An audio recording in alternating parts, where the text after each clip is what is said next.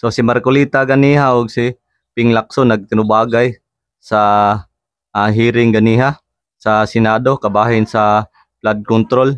Kay kanilagi si Ping Lacson niingon ni Marcolita og protective kuno si Marcolita ngadto sa mga diskaya. So gitubag pod ni Marcolita nga balaod mo gid gisunod. So wala mo siyang gidapigan. So kani siyang bahina gisuspend og kalit ni kuan Ping Lacson. Ni Marcolita i-live unta pero gi-suspend ni Ping Lacson. So mo ni nakita nga video, so atong tanawon kung unsay lahang gikainitan ani. So mo ni ang video. Or outside this hall. So don't question my opinion. I am not questioning your opinion, Mr. Chair, but you are the chairman of this committee. Anyway, let's proceed with the You are not interested in the prejudicial question that I am going to raise, Mr. Chair. Go ahead, you raise your prejudicial. Kaya sinasabi ko sa inyo an investigator, we are investigating. Away kagad tayo dito.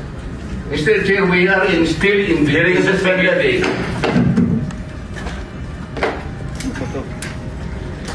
Mr. Chair, nag-iimbestiga muna tayo. The point is, an investigator cannot be judged at the same time.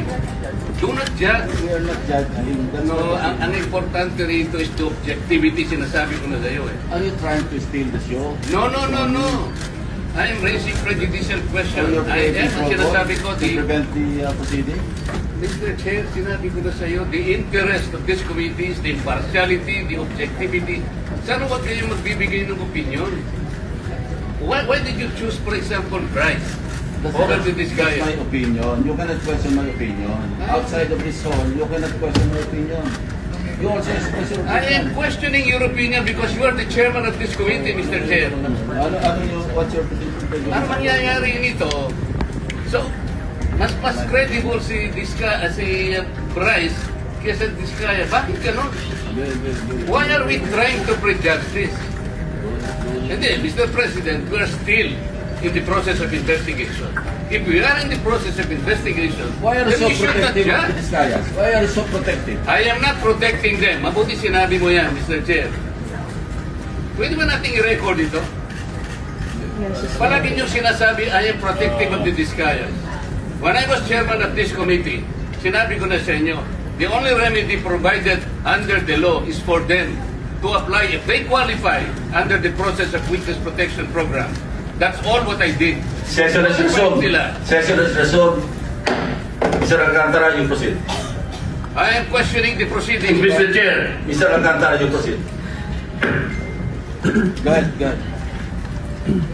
I will register my continuing objection, Mr. Chair. I will question the objectivity of these proceedings. If you will not allow me to raise this point, maybe in the plenary this afternoon I will raise it.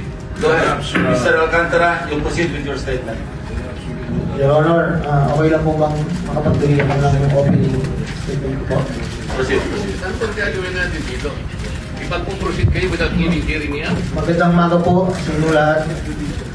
Tinatanggap ko po na ako po ay bilang sagot sa maraming tanong mga nakakaraang uling araw upang maproteksyonan ang institusyon namin na naresolve ng 30 taon.